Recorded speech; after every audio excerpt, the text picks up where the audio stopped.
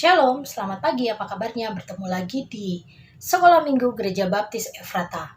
Hari ini kita akan memasuki bab yang ke-12 yang mengambil judul Jangan Menjadi Serupa Dengan Dunia. Ayat yang akan kita baca dari Roma 12 ayat 1-2. Roma 12 ayat 1-2. Kita akan membacanya bersama-sama. Karena itu saudara-saudara, demi kemurahan Allah, aku menasihatkan kamu supaya kamu mempersembahkan tubuhmu sebagai persembahan yang hidup, yang kudus, dan yang berkenan kepada Allah. Itu adalah ibadahmu yang sejati.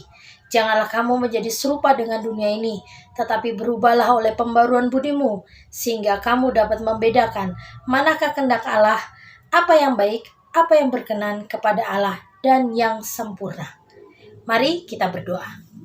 Bapa kami yang di surga, kami ucap syukur untuk hari ini karena kami diberikan kesempatan untuk belajar firman-Mu. Berkati kami supaya kami bisa mengerti, memahami, dan melakukannya dalam hidup kami. Berkati murid, remaja, dewasa, dan senior, sehingga kami semua memperoleh berkat-Mu dalam pelajaran firman-Mu hari ini. Terima kasih Tuhan, terima kasih. Dan hanya di dalam nama Yesus kami percaya dan berdoa. Haleluya. Amin. Bapak Ibu Saudara sekalian, hari ini kita akan belajar 3 hal. Yang pertama adalah persembahan yang hidup, yang kedua adalah persembahan yang berkenan, yang ketiga adalah ketidakserupaan dengan dunia. Menurut Kamus Besar Bahasa Indonesia, persembahan memiliki arti pemberian kepada yang dihormati sebagai bentuk ketaatan pada hukum atau pemberian secara sukarela sebagai hadiah atau guna membantu meringankan beban orang lain. Ketika istilah ini dijadikan bagian dari ritual agama, termasuk Kristen atau gereja, maka pihak yang kepadanya persembahan itu diberikan adalah Tuhan. Dan melalui imam bait Allah atau gereja, ditujukan pula kepada para imam itu sendiri atau orang-orang miskin. Dari pengertian itu, maka persembahan itu adalah suatu yang dipersiapkan secara khusus dan dibawa ke rumah Tuhan untuk dipersembahkan, diberikan kepada Tuhan sebagai tanda terima kasih, ucapan syukur, permohonan pengampunan dosa, korban keselamatan. Kalau kita mengingat perjanjian lama, banyak sekali aturan-aturan yang ditetapkan oleh Musa. Ada persembahan penebus salah, ada juga ucapan syukur, ada juga persembahan-persembahan yang diatur begitu rapi oleh Musa, dan aturan-aturan itu pun diberikan oleh Tuhan kepada Musa untuk dijalankan dan ditetapkan oleh di tengah-tengah orang Israel. Kalau kita dulu ingat, kalau orang Israel itu mempersembahkan kurban, yang dibawa adalah lembu jantan, domba, kalau dia tidak mampu burung tekukur atau burung merpati. Jadi banyak sekali aturannya. Dan waktu misalnya gini, saya ingin mempersembahkan korban penebus salah nih, saya bawa domba misalnya, ada bagian yang boleh dipersembahkan di mezbah korban bakaran, ada yang enggak, ada yang lemaknya boleh dibakar, ada yang enggak. Jadi peraturannya begitu detail. Setiap persembahan yang diberikan oleh Israel tergantung jenis korban yang mereka ingin persembahkan di hadapan Tuhan. Begitu rumit kehidupan mereka dulu. Setiap mereka melakukan salah, mereka harus mengadakan satu persembahan untuk menebus salah, untuk menebus dosa. Tetapi puji nama Tuhan, satu korban yang sempurna telah menebus kita dari segala dosa, yaitu pengorbanan Tuhan Yesus Kristus. Satu korban yang sempurna sudah menghapus begitu banyak ritual-ritual yang sudah ditetapkan oleh perjanjian lama. Tetapi terkadang persembahan yang dilakukan orang-orang Israel ini sepertinya lebih menarik orang-orang sekarang. Lucu ya, seperti itu, yuk kita melakukannya lagi. Mereka lupa kalau satu korban sudah mati di kayu salib itu sudah cukup. Tetapi setelah kematian Tuhan Yesus, apa yang harus kita lakukan? Inilah yang dibahas oleh Paulus. Yang pertama adalah kita harus mempersembahkan hidup kita sendiri. Yang tadi ayat yang kita sudah baca.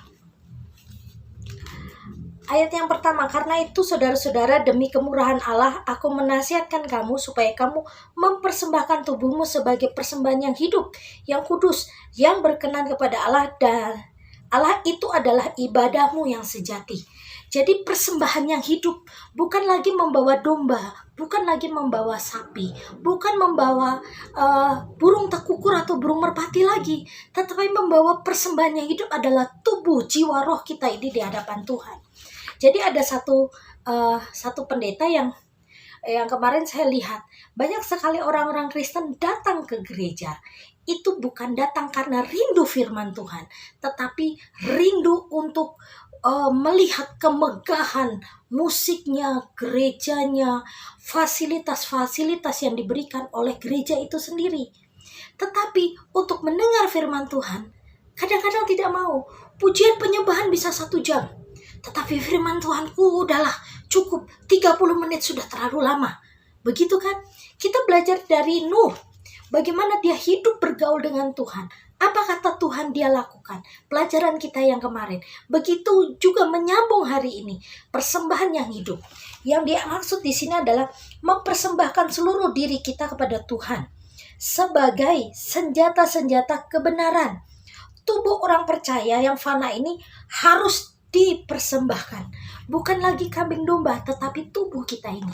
Saat kita datang ke gereja, apa yang Anda persiapkan? Baju, tas. Oh, tas isinya apa? Persembahan, Alkitab, handphone. Kalau ibu-ibu semua pasti perlengkapan anak-anak, snacknya, bajunya, pampersnya, segala macam itu sudah dipersiapkan. Terkadang riuh dengan semua orang. Saya juga kadang-kadang ibadah di gereja itu kalau udah sama anak saya begini, saya nggak bisa fokus gitu. Kemarin waktu saya ibadah yang kemarin, saya pelayanan LCD, saya jujur saya nggak bisa menikmati ibadah pujian penyembahannya karena saya konsentrasi supaya teks itu bisa berjalan. Teks itu bisa jangan sampai terlambat walaupun banyak kesalahan yang saya lakukan kemarin. Tapi saya bersyukurnya waktu ibadah firman, saya sudah nggak pelayanan lagi gitu kan. Sudah berhenti, nggak usah ganti-ganti lagu. Saya bisa fokus lagi. Setelah itu penyembahan, saya mulai pelayanan lagi. Jadi hidup ini memang harus fokus. Saat kita satu fokus, seperti saya juga, itu lagu sudah biasa. Jadi kalau saya meleng sedikit, LCD-nya itu nggak bisa keluar. Memang pelayanan itu memang harus fokus. Jangan anggap pelayanan LCD itu sepele, enggak. Saya jujur, pelayanan LCD itu lebih berat daripada WL atau singer. Karena apa? Kita nggak boleh terlambat. Kita harus fokus. Fokusnya itu benar-benar. Jadi biasa saya WL, biasa saya singer, saya kembali ke LCD itu benar-benar berat. Rasanya ya ampun, salah sedetik aja, kasihan WL sama singernya nanti kan. Kasihan ke jemaatnya yang nggak bisa nyanyi. Inilah yang Tuhan maksud saat kita datang ke gereja, kita harus mempersiapkan diri. Tubuh ini harus segar, tubuh ini harus sehat, pikiran kita harus tenang. Datang ke rumah Tuhan, rindunya dalam mendengarkan suara Tuhan. Supaya persembahan hidup kita ini yang kedua, pelajaran kita nyambung adalah persembahan yang berkenan. Jadi persembahan yang berkenan itu bukan seberapa besar uang persembahanmu, bukan seberapa besar pelayananmu di gereja. Tetapi persembahan yang berkenan adalah harus memiliki kesadaran bahwa hidup kita harus diperbarui supaya kewajiban untuk mempersembahkan atau menyerahkan tubuh sebagai persembahan yang berkenan dapat dilakukan. Jadi persembahan yang diperkenan itu satu kesadaran bahwa kita dengan sukarela mempersembahkan hidup kita. Ada satu lagu, hidup ini adalah kesempatan. Kemarin waktu di Bumi Baru, di rumah duka, di sebelah itu menyanyi lagu ini. Jadi waktu itu padahal di ruang sebelah gitu kan, saya sampai begini, hidup ini adalah kesempatan. Hidup ini untuk apa? Melayani Tuhan. Jangan sia-siakan waktu yang Tuhan beri. Hidup ini harus jadi berkat. Hidup Anda harus jadi berkat. Itulah persembahan yang berkenan di hadapan Tuhan. Jadi jangan jadi troublemaker, tetapi menjadi peacemaker. Begitu pendeta sering sering mengu, sering menasehati kita seperti ini. Jangan sampai kehadiran kita jadi racun, tapi harusnya kehadiran kita jadi garam. Jangan kehadiran kita menjadi gelap, tapi kehadiran kita menjadi terang. Inilah menjadi persembahan yang berkenan, yang kudus. Jadi bagaimana persembahan kita yang berkenan kalau kita tidak punya kesadaran bahwa hidup kita ini milik Tuhan. Tubuh kita ini milik Tuhan. Saya menasihati kepada anak-anak remaja, pemuda, atau saat ini saudara-saudari yang sedang mempersiapkan pranikah, yang sudah mempunyai hubungan yang khusus, percintaan dengan lawan jenis. Saya ingin menasihatkan, salah satu contohnya begini, kalau laki-laki itu perokok, itu tandanya dia tidak menghargai tubuhnya sebagai milik Tuhan, sehingga dia meracuni yang dikit-dikit. Seganteng-gantengnya orang, seganteng-gantengnya laki-laki atau perempuan, sekarang yang merokok bukan laki-laki saja, perempuan juga. Seganteng-gantengnya laki-laki dan perempuan, kalau dia perokok, berarti orang itu tandanya tidak menghargai Tuhan. Dia tidak punya pemahaman bahwa hidup ini harus dipersembahkan pada Tuhan dan berkenan. Saya waktu bertemu dengan suami saya bertanya sama dia, kamu perokok nggak? Saya belum tanya nama agamanya dan segala macam. Karena dari kecil saya melihat bapak saya merokok itu kayak kereta. Wahu itu. Saya nggak suka asap rokok. Berbicara sama perokok itu baunya nggak enak gitu loh. Tetapi waktu saya bertemu dengan suami saya bilang, kamu perokok nggak? Saya nggak merokok. Dari situlah saya jadi nilai plus sama suami saya. Walaupun saya juga punya kriteria yang lain, tetapi yang utama itu, kamu merokok nggak? Dan hari ini dibuktikan bahwa suami saya sampai hari ini dia tidak merokok. Apalagi sekarang ibu-ibu ya, punya pemikiran, punya kegalauan tentang minyak goreng. Minyak goreng itu 2 liter itu 47, 49, ya kan? Saya mau tanya kepada bapak-bapak, sekali ngerokok ngeluarin uang berapa? Saya kalau lihat di Alfa Indomaret rokok itu harganya ada yang 21, ada yang 30. Itu jumlahnya cuma 12 atau 10 ya. Itu kalau dirokok dihabisin ya 3 hari lah kita ngomong. 3 hari habis misalnya 21.000. Misalnya, saya nggak mengerti harga rokok. 21.000 apa 22 lah. Nah, terus kalau habis kan beli lagi. Jadi 21 kali 2, 42. Sedangkan minyak harganya berapa? 49. Itu kadang-kadang kalau rumah tangga, itu nggak mungkin 1 liter, 2 liter tuh habis dalam waktu 1 minggu. Pasti habisnya bisa sampai 2 mingguan lah. Kita ibaratkan sebegitu. Jadi kalau ibu-ibu sekarang mulai mempunyai suami perokok, dan dia bilang minyak mahal nih, ibu-ibu harus bisa ngomong, rokokmu dikurangi dong. Supaya kita bisa makan, anak-anak bisa makan, supaya bisa beli minyak goreng, gitu kan. Semua yang terjadi ini ada hikmahnya. Jadi kalau kita pengen yang terbaik buat keluarga kita pun harus berkorban. Bapak-bapak yang merokok, ayo berani berhenti. Supaya apa? Supaya hidup sehat. Supaya bisa melihat anak-anak tumbuh dewasa. Biar uangnya buat merokok itu dibelikan yang lain yang lebih berguna. Kita belajar bahwa kita memberikan persembahan yang berkenan. Bukan hanya kepada Tuhan, tapi kepada orang-orang kita terdekat. Mau bapak-bapak yang masih merokok, ayo saya tantang untuk berhenti. Untuk kesehatan diri sendiri saja. Dan ayat Alkitab kita hari ini adalah supaya hidupmu menjadi persembahan yang hidup dan berkenan di hadapan Tuhan. Yang ketiga yang kita pelajari adalah ketidakserupaan dengan dunia. Masih nyambung dengan Nuh kemarin. Dia tidak serupa dengan orang-orang sekelilingnya. Dan yang diselamatkan di air bah itu hanya Nuh, istrinya, anaknya 3, menantunya 3. Cuma 8 orang. Karena mereka tidak serupa dengan dunia. Ketidakserupaan dengan dunia artinya kehidupan orang Kristen adalah kehidupan yang memiliki standar berbeda dengan dunia ini. Jadi kalau orang-orang sukanya gibah, sekarang trennya gibah ya, kita jangan sampai gibah gitu kan. Kalau orang-orang udah puyeng dengan minyak goreng gitu kan, kita mulai belajar untuk pasti ada berkatnya kok gitu kan. Pasti ada berkatnya. Harga-harga mulai naik. Gorengan yang biasanya 5.000 dapat 5 ya. Kalau di Bandung, sekarang 5.000 dapat 4. Di mana-mana ditulis gorengan 5.000 dapat 4. Ya nggak apa-apa. Kenapa ya? Kita memang harus ngerti standarnya memang seperti itu. Sayur-sayur udah mulai naik.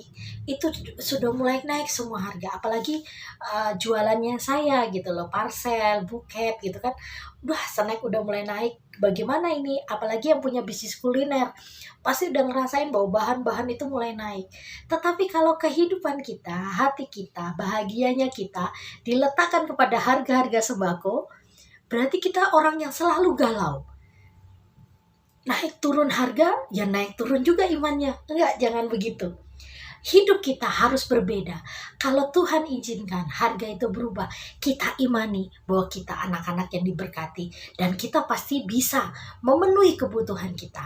Allahku kan mencukupi kebutuhanku menurut kekayaan dan kemuliaannya.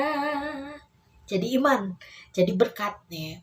Waktu kita belajar yang kemarin tentang kitab Habakuk, walaupun pohon ara tidak berbuah, walaupun ini itu tidak menghasilkan gitu kan, ladang-ladang tidak menghasilkan, tetapi hatiku tetap berharap pada Tuhan. Inilah yang menjadi iman kepercayaan kita sama Tuhan, bahwa kita adalah orang-orang yang diberkati Tuhan. Jadi hari ini kita belajar 3 hal ya. Persembahan yang hidup, persembahan yang berkenan, dan tidak serupa dengan dunia. Kalau dunia mempunyai standar bahwa orang cantik itu harus lurus, rambutnya langsing, tetapi standar Tuhan enggak. Tuhan melihat hati. Orang-orang yang dipakai Tuhan adalah orang-orang yang dipakai di dunia adalah orang-orang yang vokal, yang bisa berbicara, yang bisa berkata-kata dengan lancar. Tetapi Musa, orang yang terbata-bata, dipakai Tuhan. Iya enggak? Semuanya bisa dilakukan oleh Tuhan. Jadi hari ini kita harus punya standar yang berbeda dengan dunia. Kita harus berani bilang tidak kepada kebiasaan dunia yang melanggar firman Tuhan.